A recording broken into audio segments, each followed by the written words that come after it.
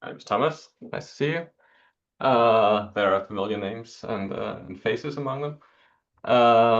Yeah, so I'm excited to be here. I'm gonna talk mainly about marquee today, but I have slides, but it's not like super rehearsed.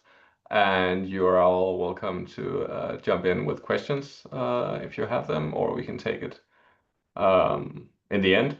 And if you have questions on stuff that is not related to marquee, then I'll take them as well. That's all good. Um, so yeah, I think that's it. Let's just get started. And now we have the Zoom dance of seeing whether. Oh, I can't share. I'll send a request. Oh, yeah. Can I share my screen? Sorry. Yeah. Okay.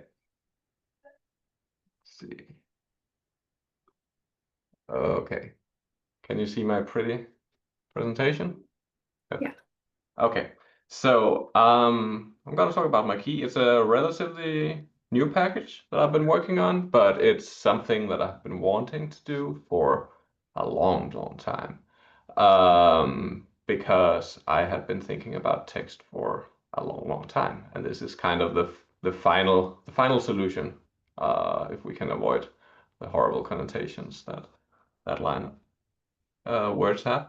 So marquee basically is a package that allows rich text in our graphics. So that's basically it. Which also means that it is a package that you'll not find a huge amount of functions from because it's there underneath and potentially in a geom or two. But I think especially you as ggplot extension developers can be can use this to great effect to make sure that if you have extensions that are handling text, then instead of using the old boring text scrub, you can now have new and shiny and fancy better text. So yeah, hopefully this is a sales pitch as well to you. Um, Marquee is not my first foray into text. There has been a lot and started more or less after I joined our studio.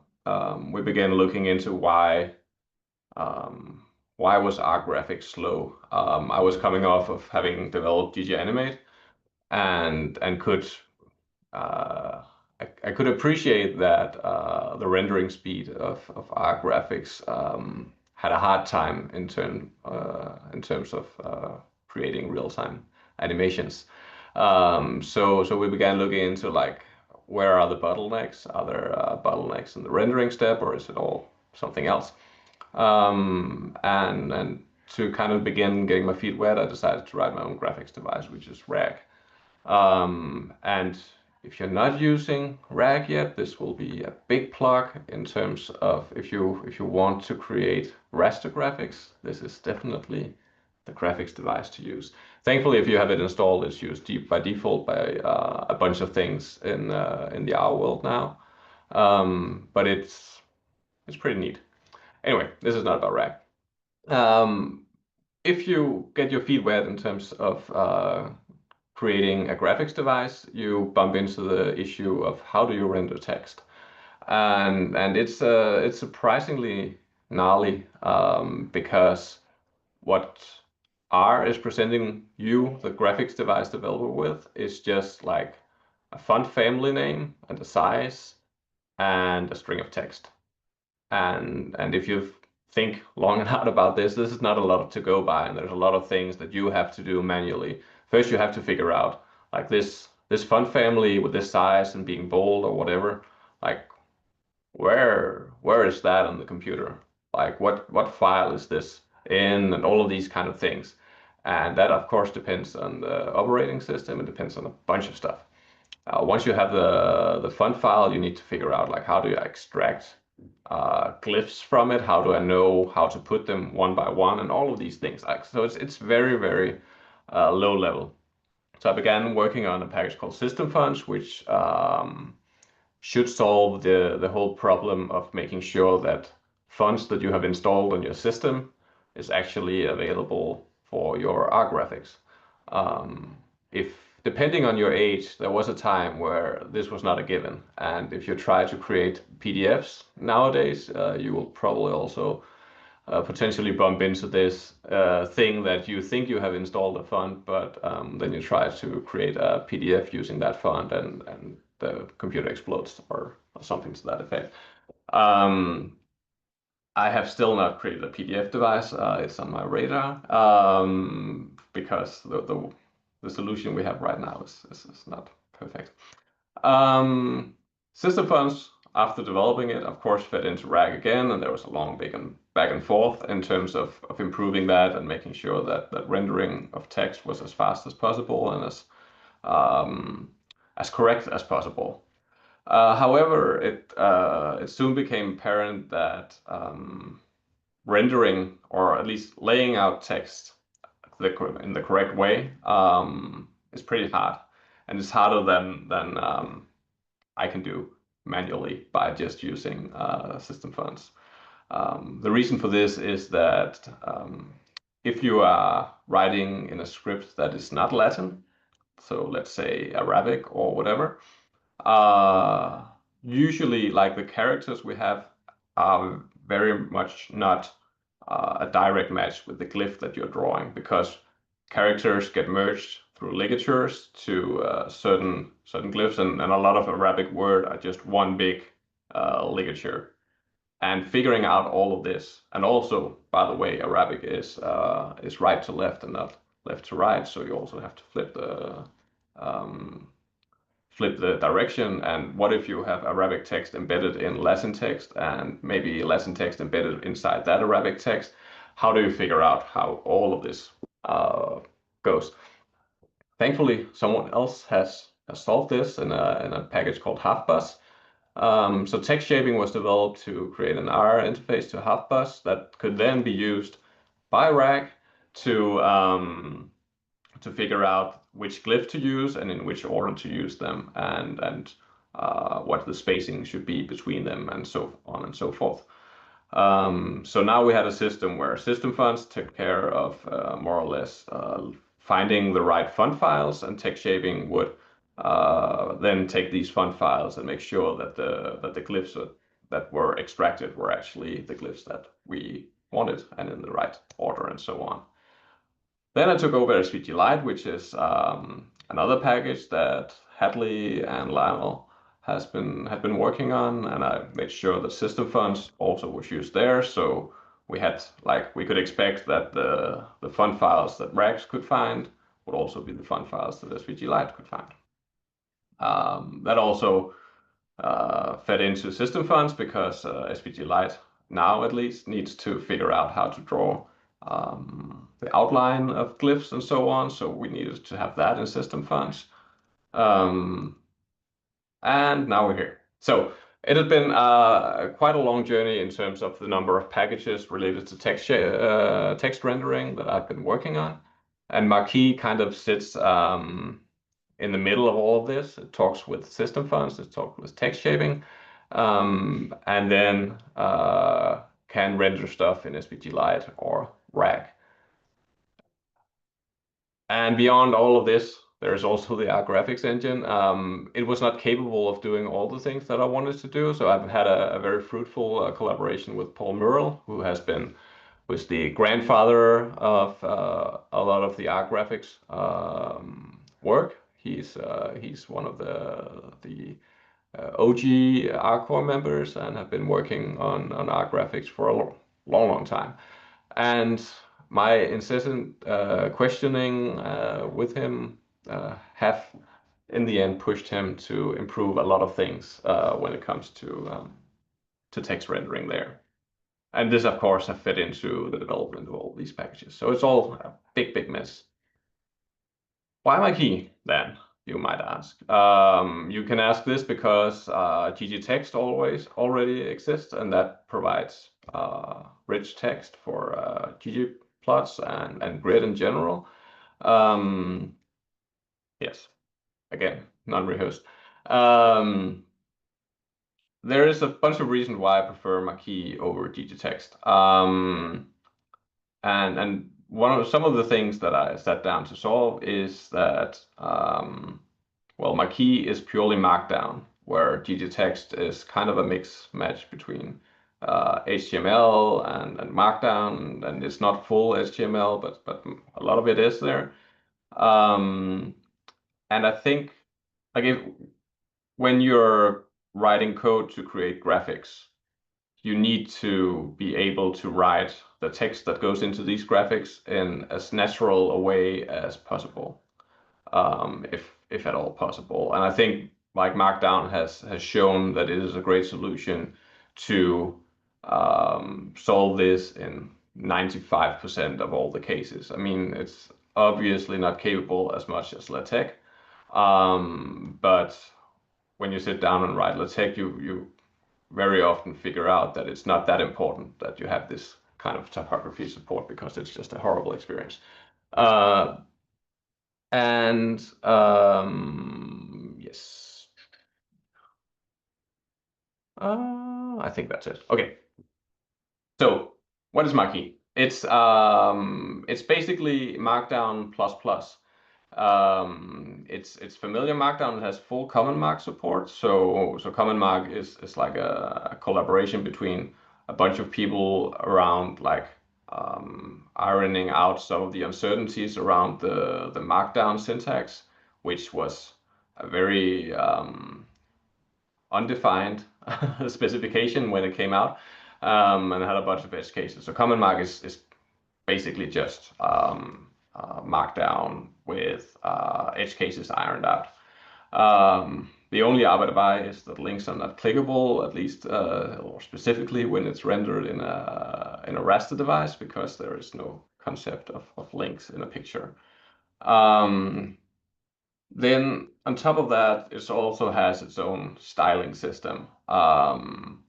And you could say that CSS exists there, and why do I want to invent something new? Well, partly because it's not HTML that we're writing, and CSS and HTML works hand in hand. But CSS also is like a lot to try to support. And it's also something that can bite the user because it has a lot of quirks as well. So the styling system is in Marquee is simpler, but hopefully enough. So again, aiming for that 95% of use cases. Um, it also, as I said, it's Markdown plus plus. The reason why I say that is that you can define your own spans. So you're not limited to having something being bold or having something being italicized. You can add new classes, and you can, in the styling system, define how that class looks. Um, and because I know that when it comes to data visualization, you usually are interested in making your text a certain color or a certain size, I have had put in some shortcuts to make that super easy. So if you can you see my mouse, by the way? Yes, okay. So this is the syntax. You just put like kind of, if you're familiar with CLI formatting, it's basically the same. So you have these braces, and then you put a dot class, and then you have the text that are inside. And you can of course nest these things and have markdown inside these. So this could be like have asterisks around it to be italicized as well. If class is a color name, like forest green or red or whatever, it automatically colors whatever is in there with that color. You don't have to define what that means. If you define a class called red, then that takes precedence. But if no class called red exists, then it will just assume that you want to color it red. The same way, if this is a number, it will assume that you want to have the text in that size. So you can come a long way without even diving into styling at all.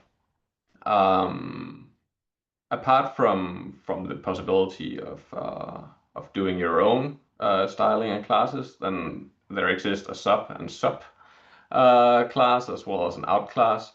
And these makes it's super easy to make subscript and superscript or outline text, like having a stroke around the glyph if you want to do that. it should be said that this is for spans only. So, oh, sorry. This is for spans only. So this is for the places where you would normally put a span in HTML. So you can't, right now, you can't have custom like paragraph blocks styles. I'm hoping to add that, but hacking into the Markdown parser is not as easy as I had hoped.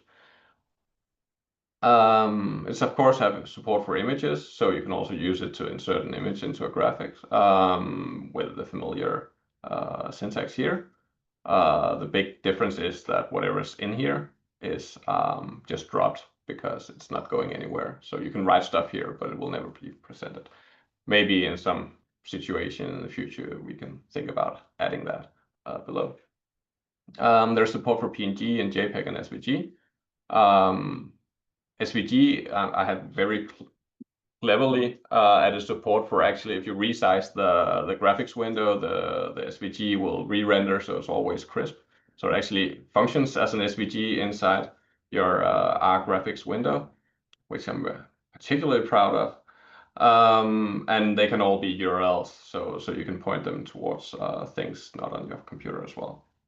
But there is also like we are in R, so why not embrace that? So instead of pointing to a file, you can also like put in a ggplot object down here, and it will actually get inserted as an image. Or a GT table will be inserted as a table inside there, or a patchwork or a grub. So if this is whatever you put in here is one of these things, then it will be rendered as you expected. If the image is inline, then it will be rendered on the size of the line. If it's not, if it's on its own line, it will be assumed to be like a full width image and will be rendered full width, and then the aspect ratio depends on the styling of that you have chosen. So yeah, there we go. This is an example. So this is the text we're plotting. This is, you can see the support for like inline coloring. And inside the custom span, you have an underline, so you can just like nest these as you'd expect. And then we have a logo. And with just this text, then you use the marquee grub on this text and you draw it, and what you get is out here. So again, this is not rocket science to use. So it kind of doesn't show all the hard work that I have put into this because it's all hidden away. But basically, like it should just work as you expect it to do. So I think that's all good. Styling is pretty advanced in the sense that you can do a lot with styling, but you don't have to. Like the classic style that you use will look a lot like how GitHub renders the READMEs. Like it's very close to what you expect from rendering a Markdown document, and I think most people are pretty content with that. But if you're not, then you can adjust it to your heart's content. It's based on having a style set, which is a collection of styles. Each style is linked to a particular class. Um, and I think it's better to take the classic style and modify this rather than building it up from scratch in the same way that you would usually not write your CSS completely from scratch because that's also a nightmare. But yeah, here we go. If we start with the classic style, then we have these pipeable modify style operator or function where we say we want to modify this class called fancy. If it doesn't exist, it will get added. We use a family name, a weight, and you can see we're not restricted to bold or normal as we are in classic art graphics. It can be whatever you want it to be. Soon to have support for variable font. But yeah, it's a doozy. But we're getting there. And then we have support for font features, so we can say ligatures, and we can set letters, and we can like go all the way overboard, as I have done here.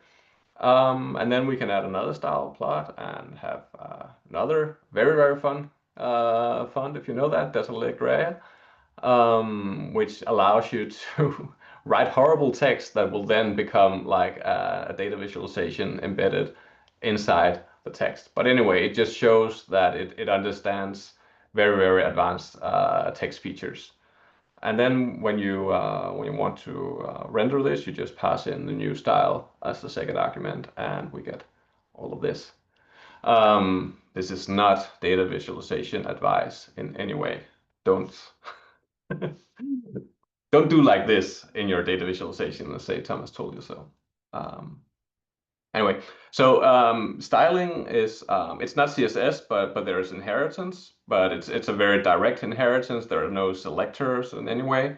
So if we have this text over here, then we first style all of this as an env class, and then whatever is inside will be the env class, and then whatever is the underlying class will override the things that is related to that. So basically, as you expect it to be.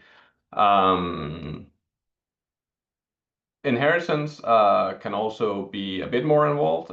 So if you put null in a style, that means take it from the parent, right?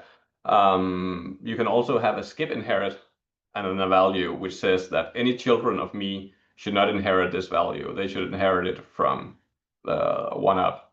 So it's very easy to say like only when I'm just this style, use this value. You can also have, relative value, which will say like take the parent but multiply it by this value.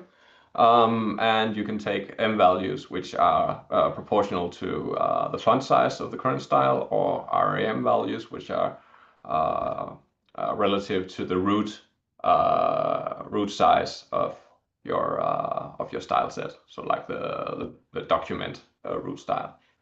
All of these things are pretty similar to how you have it in CSS. Okay, I'm rambling on, I can say. You can do a lot with placement and layouting. So there is automatic text wrapping if you pass a width to it. You can also pass a null unit. So like whenever you resize, everything will be recalculated, and you'll have text wrapping based on that. You have placements based on X and Y, which is the anchor point, and then you have HJust and VJust, which like positions the whole text block related to that. But HJust and VJust is more advanced than you're used to, because let's just see here. Oh, yeah. Down here, you can see that we are placing it, and we're using these values, right ink and first line. So this is the anchor point, and it moves the vertical position to be with the baseline of the first line, and it moves the horizontal position to be at the last point where there is ink. So this is the blue thing is the whole text box, but it knows the rightmost position of ink within the text box. So you have quite some advanced features when it comes to positioning. And this first line is also really neat if you want to make sure that text boxes are aligned in the first line as well, even though there are multiple lines. So a lot of fun stuff. You can use marquee with a geom marquee and element marquee,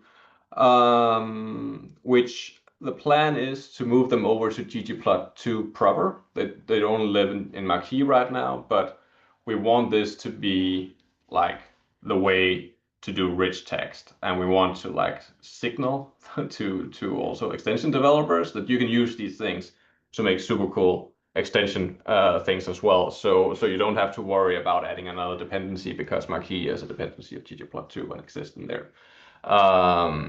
We're not quite there yet, mainly because I haven't done what I should do and have told Tian I would do. But we're getting there at some point. There is some, I wouldn't call it complications, but the way that aesthetics like feeds into a style is not like obviously straightforward. But I have tried to make it so that the standard font settings that you have in ggplot2 are merged into the base element of the style, which I think is the obvious thing to do. However, it might be confusing if you spend a lot of time like crafting your particular style and pass it into your GM marquee and then see it being overridden by the default family from ggplot2. I have not found a perfect way to reconcile these two things as of now. Um, and the good thing, like when Marquee came out, it required only the most spiffy new graphics devices could use this because it was based on very new graphics engine features, as discussed earlier. So there's a new glyphs interface for graphics device developers, and Paul has added that to the Cairo devices and PDF device. But that's about it. But it's also in SB, well, it's also in RAG when it came out. But that, of course, is kind of annoying for presenting something to the user where you don't know which graphics devices they're using, and suddenly things just look like shit. So I worked long and hard to remove that limitation, and it right now, if it's trying to render on a graphics device that doesn't support the new interface, it will actually extract all of the glyphs as polygons and draw them. So it will not be the fastest way to do this, and there is also very thin polygons, which it will be if you have small text. Doesn't look as good as actually rendering text low level because it does something different than just rendering polygons. But still, it actually presents the things that you expect it to do. And then people can complain that it doesn't look as good, and you can say, well, you should use RAG anyway. So, but it shows whatever you're expecting to see in some way. Yeah, so I've already talked a bit about this. We want to move geometry and element marquee into ggplot2. I have also fantasized about actually making geom text and element text depend on marquee, because that would mean that we can now use better font selection than we have now. So you can, as I talked about, like weight can be ultra light or thin or ultra bold or whatever. It is in no way possible right now with how our trees fonts. But we can do it with marquee. So just for being able to do that, I might consider actually changing that at some point. As talked about as well, custom blocks is something I want to add. And then vertical text layout. I know this is like a niche feature, but I would say that a lot of my text rendering work has been fueled by my desire to make R more universal for rendering data visualization and rendering text, so it's not so Euro-Latin centric. And I think this is how open source should be done, given enough resources at least, and well, I was getting paid to spend my time, so the resources were there, and I think that's the right thing to do. We still don't have vertical text layout, and I think that should be solved at some point. I think the main blocker for me is a lack of cultural knowledge and understanding around scripts that are vertical. Like, how do you translate Markdown into, like, how are headings, like how would a normal heading or subheading or a bullet list look in vertical layout? I mean, this is something I can find out eventually, but it's not something that is integral to my understanding of the layouting. Another thing that could be super cool is to have support for MathJax or LaTeX equations inside. I think that would be tremendously beneficial to a lot of data visualization to have this kind of functionality. And then I will just like lean back and not code for a year and just say text is solved and I'm happy, and we're all happy and the world is a better place. Um, because right now I'm solving variable fonts, which is one of the last bosses of text rendering, and I think equation and vertical text layouts are the last two bosses I have to find fort or fight. That's the way to say it. And then I'm done and I can take a sabbatical. I think that's the last slide. Yes, it was the last slide. So that was me rambling for a bunch. I hope you are all still awake We're and clever. very excited to explore marquee some more. Yeah, that was a great presentation. Thank you for that overview and for preparing that for us. I think there are folks that are more into text rendering here than I, so I won't try to ask any questions right away. But I see hands coming up. Yeah, I'm excited to do more of this. Matthew. Yeah, this is really cool. I'm when you mentioned like getting variable font support in there, I'm like, I would love to have that. I was really excited to see like the open type features supported too. Um, so I haven't had a chance to use Marquee yet, so now I'm like, okay, I need to actually like find the time to do this because there's a bunch of stuff that I want to try. I had like a couple of specific questions that might be like really low level, but like of just maybe at least two things that weren't mentioned in your presentation that are maybe like the only other two things that I would need to probably move most of my font workflow out of Illustrator and into R would be uh, uh, kerning, like custom kerning at a letter, at like a glyph level, and custom baseline adjustments. Yeah. So yeah, so kerning it depends. So there is support for tracking.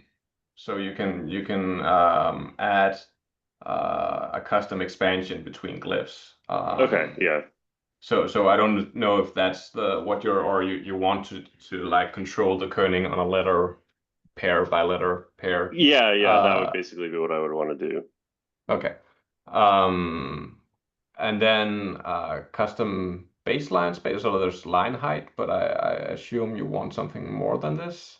So this would be like within a line being able to shift a glyph, one Oh, glyph you can up or do down. that. Oh, You you can do can? that Okay, because great. yeah, because the subscript and superscript are just like it's not they are not it's not implemented as open type features. Like Oh, okay. there's an open type feature where you can say, well, give me this subscript or superscript of this letter, but Mhm. there's a lot of fonts that don't have this. Yeah. So there is inside the style of a class you can shift the baseline. You So can maybe shift it to an arbitrary amount, or is it just like some fixed value that the subscript and superscript have? no, whatever you want. Oh, okay, great. The sub and sub classes are basically like a relative font size and then a shifting of something I figured looked good, or as it should. So that's it. Like you can put it on any to any size. The only thing that is limiting in that regard is that um, changing the baseline of some text will not like if you put it super high up, the height of the line will not change. Like at that point, Yeah. so it will like overlap with what's on Yeah, top of yeah. that. But other than that, it's fully flexible. To be honest, So that's what I would want anyway. okay, Yeah, well then I have it all solved for you. that's great. All right, cool. Well, now I'm definitely gonna give it a try. And I would say like variable fonts, Paul just merged in some changes to the glyph interface that allows me to use variable fonts. Hmm. And system fonts has just been like the development version is now variable font aware, which means that uh, before the last changes, then variable font was just potentially just not work at all. Hmm. And now they should at least work where if you request bold, then you get the bold like version of it. but like true like variability is way more complicated. If you're not aware of what variable fonts are, it's a way of encoding a full typeface in a single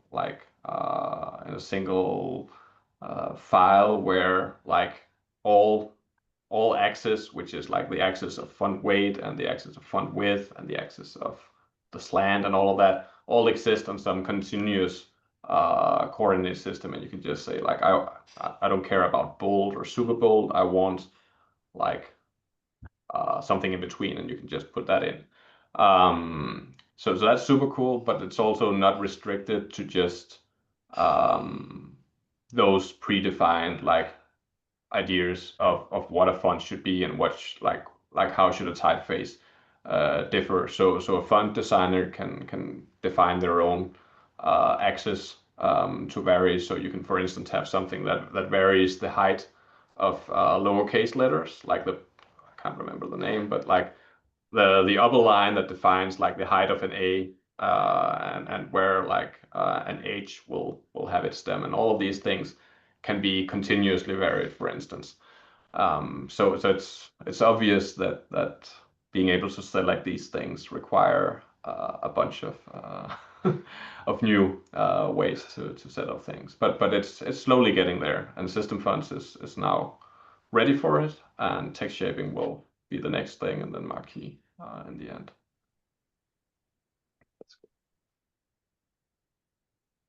Maybe Corey, I think was next. Sure. What should be a quick question. So I haven't used marquee, but looking at the documentation, I see the escape is done with a single backslash. Are there any edge cases where idiosyncratic escapes are required that we should be aware of in advance? Are there any cases where unusual escaping has to be done, or does every escape simply involve a backslash followed by the character you want? I think that should be it. I mean, there is. I ran into the situation because of the custom span syntax. It means that if you start a custom span and then inside of that custom span has curly braces, then it will try to close that prematurely because it sees like the ending brace will be or the closing brace will be interpreted as closing the span rather than just being some text inside of that. So in that case, you will have to do like double backslash to tell the parser that this is not a control character in any way. It's only relevant if it exists inside inside a custom class. Like it's not all curly braces that are getting like passed. It needs to be like the opening needs to be like curly braces dot something, then a space, and then some text before it even considered it as a custom span. So it's just like you have to be aware of that when you're writing, and that could lead to like usually you're not aware of that while you're writing, then things will look weird, but then you can say, oh, it's because I need to escape that inside here. Cool. Thanks.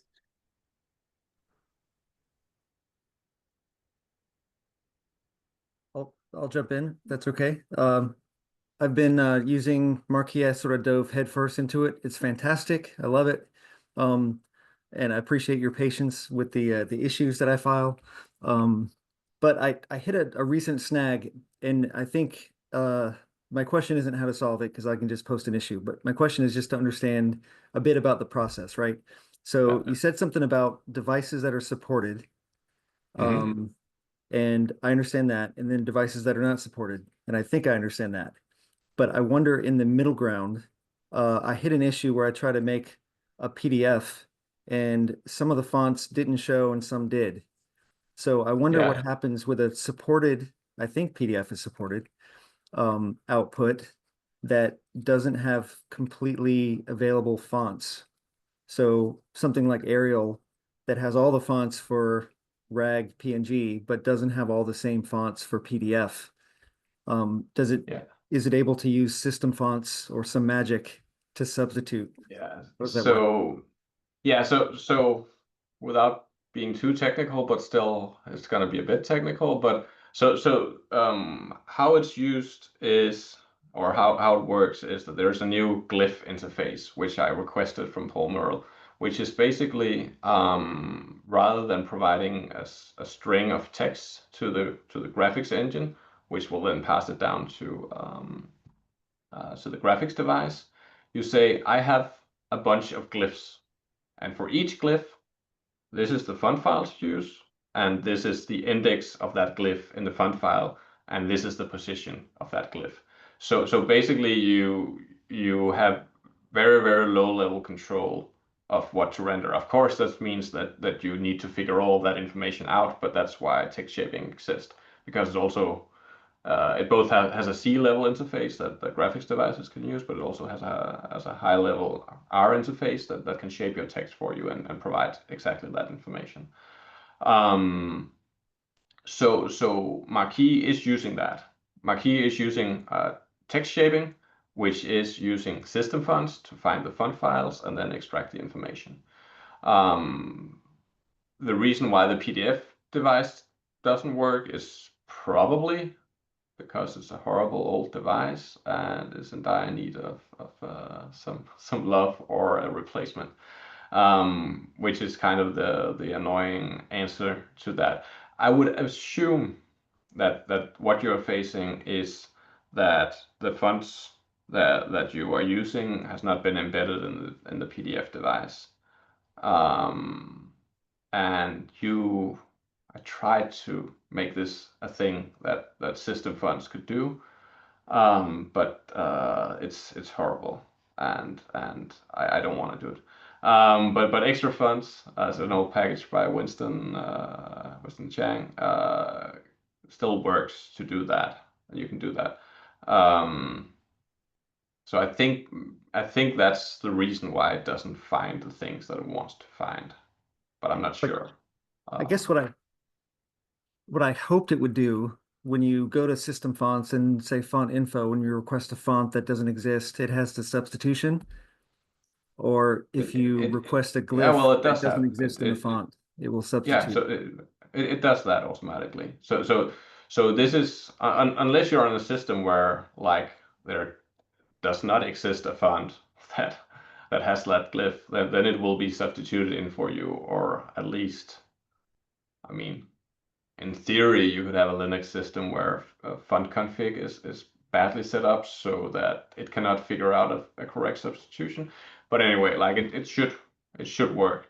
And I think it's the PDF device that given the information of this is the font file, this is the glyph, still have trouble figuring it out. And then of course, like I could just buy the Apple and like special case the PDF device and say, well, I know you support this, but you're not good enough. So now I'm just going to render it as polygons as I do with all the other bad devices and put you on the naughty list. That might be, I mean, if there is too much trouble with it, that would be the solution.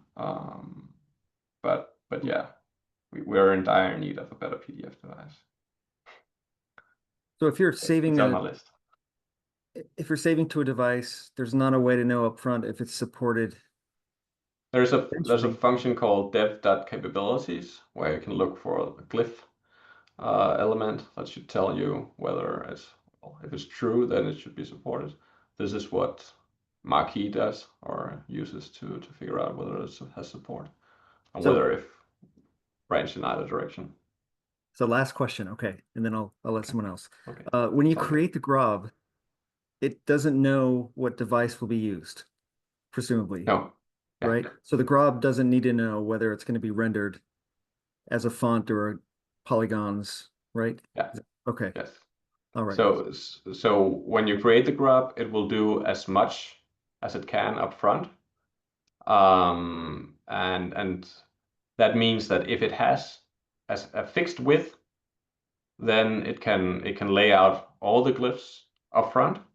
if the width of the text box is variable, like if it's a null unit or if it's something else, non-absolute, then it cannot do that, and it will defer all of that until render time.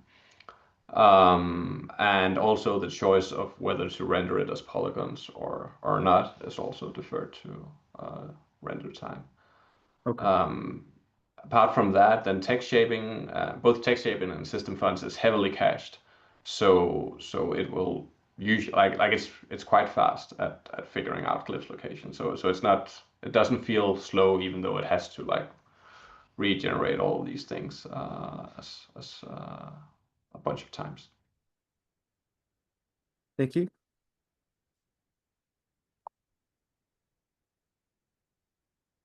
If you don't care about text shaping, I'm also taking questions about like other stuff if you want to know.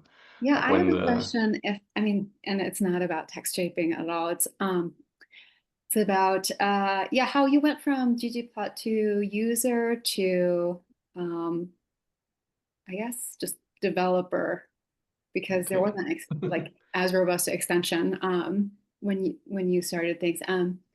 Yeah, so because we like heard Yeah. a lot about, I think Winston wrote the R graphics cookbook. We heard about him going from, yeah, really like heavily using ggplot2 and then moving to the other side, and would be really curious to know Yeah. your story. Yeah. So yeah, so I think my story is that I'm a hacker by nature, like not a hacker, but like I enjoy tinkering. And I was using ggplot2 for a while. And then during my PhD or maybe master's, I can't remember, I was beginning to do bioinformatics. And there's a lot of networking graph data there. And I had a lot of cool ideas around like how to visualize all of this ontology data that is inherent in genomics data and so on and so forth. And ggplot2 is just not good for for that kind of data. Um, so I was like, I can make that work. And I tried to make a grub that did the thing, like was able to take like a network data structure and present it as like a standard node link diagram. But the moment I tried to create like a new geom with it, everything just exploded, and I opened an issue on ggplot2 and asked why is that, and Hadley was like, I have no idea. Like you have come so far that you probably know more about it at this point. And then lo and behold, a year after that, Winston was tasked with rewriting it so we can have extensions. So I take credit for for making ggplot2 extensible. And once that was announced, I kind of like, okay, now I have to actually use it, which ended up as gggraph, which was, let's call it a fairly major feature creep in terms of what I was supposed to be working on. But I think we all know how that can go. And then apart from that, I also created ggforce. I think this was back when the ggplot2 Google group was still active. And I think I just wrote like, I have started this repository ggforce, and if you have something and you don't want to maintain a package, like just drop me a line and I can put it in the package. And so it ended up being like this grab bag of whatever, which it still is, and like I'm always dreading to go back to it because there's no way to like frame your head around what kind of things you have to do in there because it's just whatever. And it's also where I have my like most stupid ideas and most like this could be fun. So there is always horrible things to fix in there. But I'll soon make Tjern manage that as well. So I'll be I'll be good to go. Yeah. So I think like it just happened. And then I had ideas for in ggforce. I had this idea of a zoom facet, which exists now, but The faceting mechanism has not been ported to ggplot2, so I kind of asked Hadley, is anyone planning to do this? And then he said, well, maybe, I don't know. And then said, I can do it. And then it ended up as an internship, and then eventually it ended up with me maintaining ggplot2. So that's the direct route to maintaining ggplot2. So Tien is playing that out now. I think ggplot2 is a package that you cannot maintain for too long. Like it is a mouthful, and it draws away time that you'd rather spend having fun with things that no one uses and hasn't have any like huge maintenance burden. So yeah, I'm happy to move a bit away from that and have someone else take the lead on it.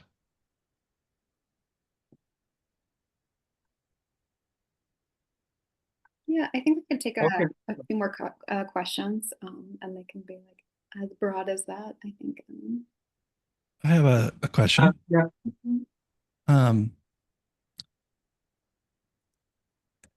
Marquee can support can import SVG. Could you convert a LaTeX equation into SVG and then import it into Marquee? Would that work? Sure, absolutely. Yeah. Cool. Yeah, I mean, it's well, I guess because in an SVG it's just like glyphs positioned somewhere, so Right. there's nothing weird about that. Yeah. So if you can do that, then sure, there's nothing stopping you from Right. doing that. Then one of the barriers that I run into is I sometimes want to draw an arrow from one bit of text to another bit of text. Does Marquee know where the edges of the text is? Of each individual glyph, or like between the block of text as a whole? Yeah, so in theory, so like I showed, like you have right ink, left ink, top ink, Yeah. bottom ink. So like if you like the way I would do it will then be to like have my anchor, the anchor point X and Y, where I wanted the arrow to start from or end from, and then I'll use like right ink as the justification to make sure that it bumps up to that. But then, of course, you don't have control over the other side. So if you wanted to both control these two things, well, it obviously knows about these things, but it's not exposed in any way right now. But if there is like, if you can convince me to expose it, you have convinced me to expose it. It would make me very happy. Yeah. Okay. One last question. Drop a feature Great. request, Great. and I'll won't close it immediately. I'm an admirer of the Euclid package. Is there any chance it's going to continue to develop? Yeah, I really enjoyed working on that, but it's so heavy. So the reason why it's not on CRAN is that the Euclid header package is not on CRAN because the way that Seagull, which is the underlying library that powers Euclid. So Euclid is a computational geometry package, and it's based on like a C++ library called Seagull. And they have horribly long names for their files and folders, which means that if you try to pack it up and send it to CRAN, then Windows will scream at you for having too long paths in your package, which is stupid, but here we are. So I think because that, and I'm not controlling that package, but since it never ended up on CRAN, I kind of lost momentum at some point. And that being said, I'm also like, if I were to sit down with it again, I would probably need to do a rewrite because I would like to use Altweg instead as the implementation. So for those not aware of it, like Euclid provides primitive vector types for geometric objects, like a triangle. So you can have a vector of triangles, and it's not just a list of triangles. It's actually like pointing to a C vector of these informations and so on. But the way it's done means that it doesn't work quite as well with dplyr, but it could work well with dplyr if it was implemented as alt-vec. So I think I would have to do that. And it's not something like I'm super excited about rewriting. So I think that's also some of the reason why I haven't done it. It's also like it exhibits some annoying crashes now and then, which are really hard to debug. And the crashes are in Seagull and not in my code, of course. But like computational geometry is like just like it's just hard, very hard to get right. And there are so many edge cases, and if Seagull decides that it can't solve that edge case, it can pull the rug under you. So it's also a very hard package to like get completely right. I would love to, like I had grand plans for it at some point. I would love to get back to it. Thanks. Yeah, cool. Hello. Oh. Yeah, hi. Is there any chance in the future the glyph interface could be expanded to allow clickable hyperlinks on PDF devices? Which I think is the last thing I'd like Marquee to be able to do. Yeah. So the thing is, there is a glyph interface in SVG Lite now, which kind of does the same as the graphics devices that don't have it. It just renders text as polygons, but it actually, instead of letting Marquee handle that, it does it under the hood and can do it better because it's not like it extracts their actual Bezier curve data from the glyphs and render them as paths in SVG. And I'm not like it works as good as it can do, but I'm not completely content with that. So I have like plans and ideas to hack something horrible together, which is that Marquee will, if it sees that it's pushing it to the SVG Lite device, it will render it as HTML and then prefix it with some like obscure Unicode control character. And then SVG Lite will see, oh, this is an obscure Unicode character. So what comes next will be HTML that I will then embed in a foreign object. SVG tag, which allows you to put HTML directly into an SVG, which will include clickable links. So that will solve it for SVG, not for PDF. And I'm not. I can't see how the glyph interface would be able to solve that directly. I mean, you could perhaps, but this is per glyph. Like the glyph interface doesn't have any ideas around spans or whatever, so it's not a perfect fit. But I can see why you would want something like that. So maybe it's something more high level that should exist in Marquee. But anyway, in SVG Lite, it might be possible at some point. And as far as I understand it, the foreign object support is pretty okay nowadays. So the previous question asking about coordinates of the text might be related. So if in principle you could ask for what are the coordinates wherever you rendered this part, then it's up to them to put a layer of interaction. Yeah. Yeah. Yeah. So Marquee has like both a Marquee grub function. It also has a Marquee parse function that does all of the parsing. Right. But that doesn't include actual positioning of the tag. I remember. I've been Anyway, like it sounds like there might be a good reason to expose this data somehow. I'll think about that. I'm not opposed to it on principle. This is the grid, I guess, when you do the grid grabs, like, do you have good names? Because I think the grid knows the layout of everything. And you can query position of sub elements of the G trees with grid. So I think that's maybe another way to get coordinates of stuff. Potentially, it's just a matter of figuring out like which things to query for, like, and I'm not sure if like so all text in like in a complete text box, all the text is encompassed in a single grub without any children, which is the glyph grub, which just have like all the positions of everything in there.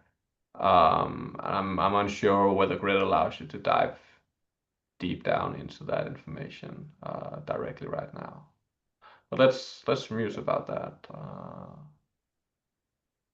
We might come up with something eventually. I haven't considered these use cases before, so that makes sense.